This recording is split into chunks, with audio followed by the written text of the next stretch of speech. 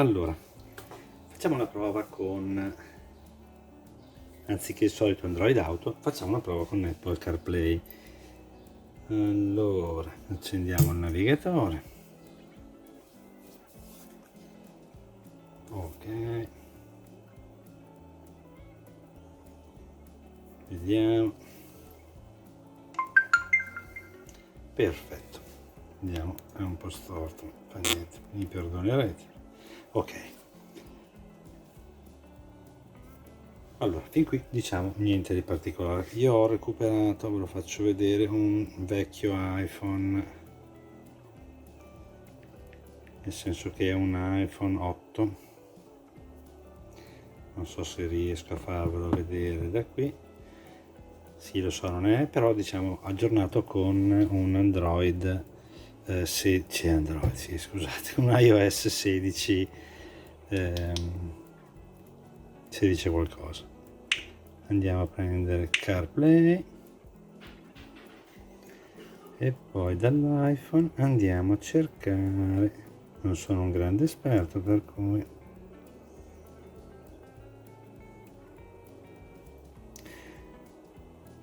non so come mai me ne vede due.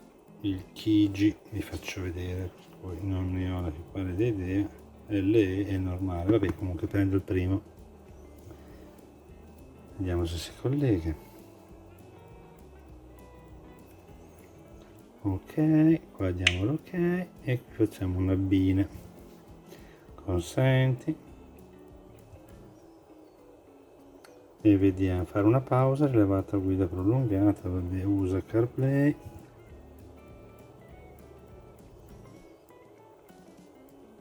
Non so cosa fosse quel messaggio e vediamo se funziona. E allora diciamo che sembra funzionare anche su una vecchia versione di iOS, cioè non è vecchissima perché è una 16, però per cui diamo un'occhiata. Allora, non so, sì, sembra a fuoco, per cui direi andiamo a vedere le applicazioni sono anche qui quelle previste dal navigatore, dallo smartphone. Abbiamo mappe,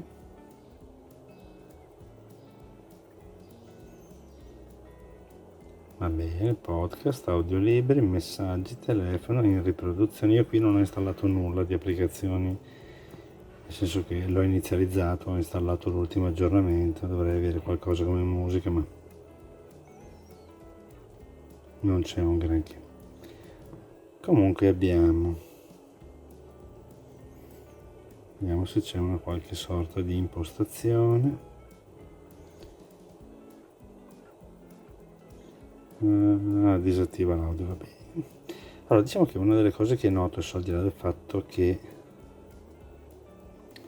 consenti,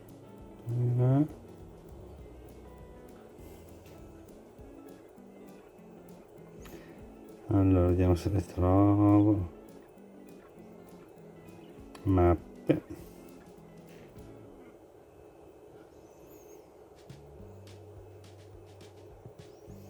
posizione mentre usi l'app,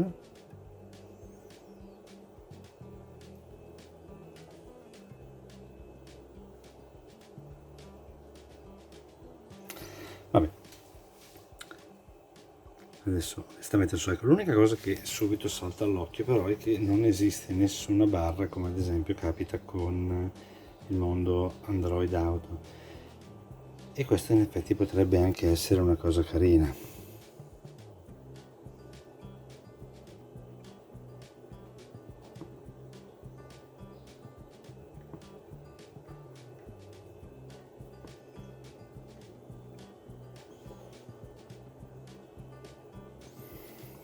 Vabbè, ho qualche problema di collegamento.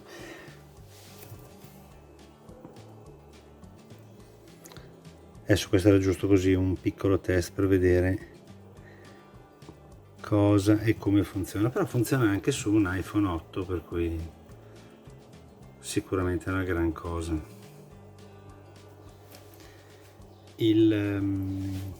Non c'è molto da dire, comunque ripeto, era giusto così un test per vedere come funzionava. Per il resto penso sia rimasto tutto uguale. Qui abbiamo sempre le solite telecamere che cambiano.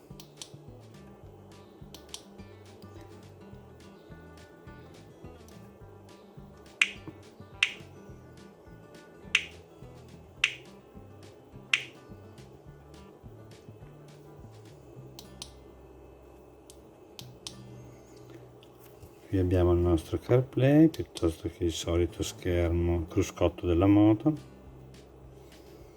che comunque è effettivamente molto completo, nel senso che per chi ha una moto che non ha un display TFT, comunque un monitor, ma il classico cruscotto analogico, può essere una bella integrazione anche questa, nel senso che comunque dà un'idea grafica che può essere molto carina. E poi abbiamo la solita home, vabbè, questa è sempre la stessa, non è cambiata. Con CarLink anche qui si passa direttamente, per cui non è obbligatorio utilizzare i tasti sopra. Va bene, niente, era solo così, giusto per farvi vedere il funzionamento. Immagino che anche il download delle app, delle video, scusatemi, sia lo stesso. Per cui se avete curiosità e vi serve qualche info in più, ditemelo che ho recuperato questo iPhone, per cui possiamo anche fare le prove in Apple CarPlay e non sempre solo in Android Auto.